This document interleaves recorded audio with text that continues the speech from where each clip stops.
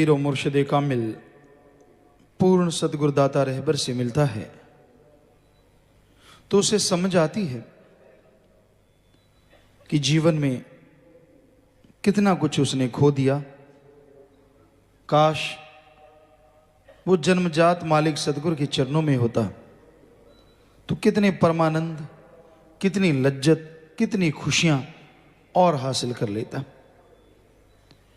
वो मुरीद जो मालिक से बेइंतहा मोहब्बत करता है उसके दिल में कहीं ना कहीं इस बात का जरूर ख्याल आता है, खास करके वो जो गुनाहगार होता है, कि क्यों ऐसा क्यों किया। काश पहले ये बात होती। चलो, गुजरा हुआ समय कभी वापस नहीं आता, बीत गया लौटता नहीं, लेकिन जो समय पास होता है इंसान उसमें अपने पीर और मुर्शिद कामिल के वचन माने। वचन मानना ही गुरु से सच्चा प्यार है, और तो कोई तरीका ही नहीं है गुरु सदगुरु मुर्शिद कामिल के प्यार को हासिल करने का। एकमात्र तरीका वचनों पे अमल करना, क्योंकि संत सदगुरु कोई ऐसे वचन तो करते नहीं जो वो अपनी कोई सेवा करवाते हों, कोई स्वार्थ के लिए करते हों। वो तो जो भी बात कहते हैं, जो भी वचन करते हैं, उसमें परमार्थ होता है, सबका भला छुपा होता है। तो जीव उन वचनों को मान ले, खुद का भला तो होगा ही होगा, गुरु मुर्शिद कामिल का भी नाम रोशन होता है। इंसान कोई भी मिलता है सोचते यार ये कौन है, किसने सिखाया इसे, बस उससे पता चलता है और जीव कहता है जी मुझे मेरे गुरु ने, पीर फकीर ने।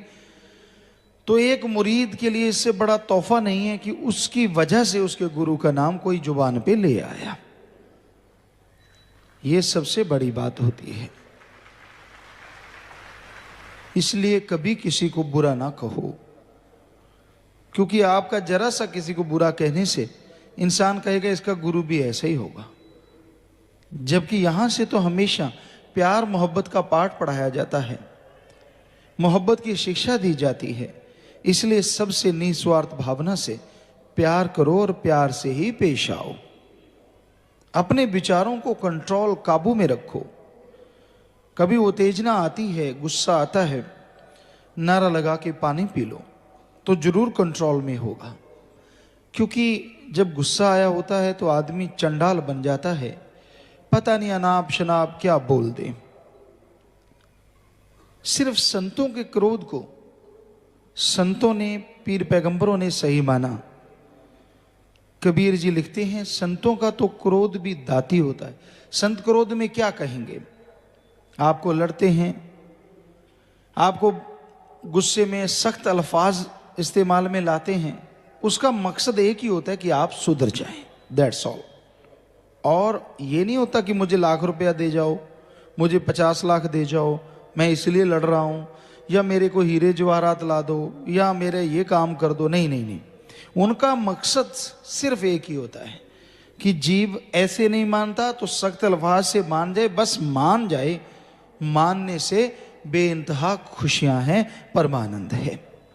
इसलिए कबीर जी ने लिखा कि संतों का क्रोध भी दाती है, उसमें दात छुपी होती है।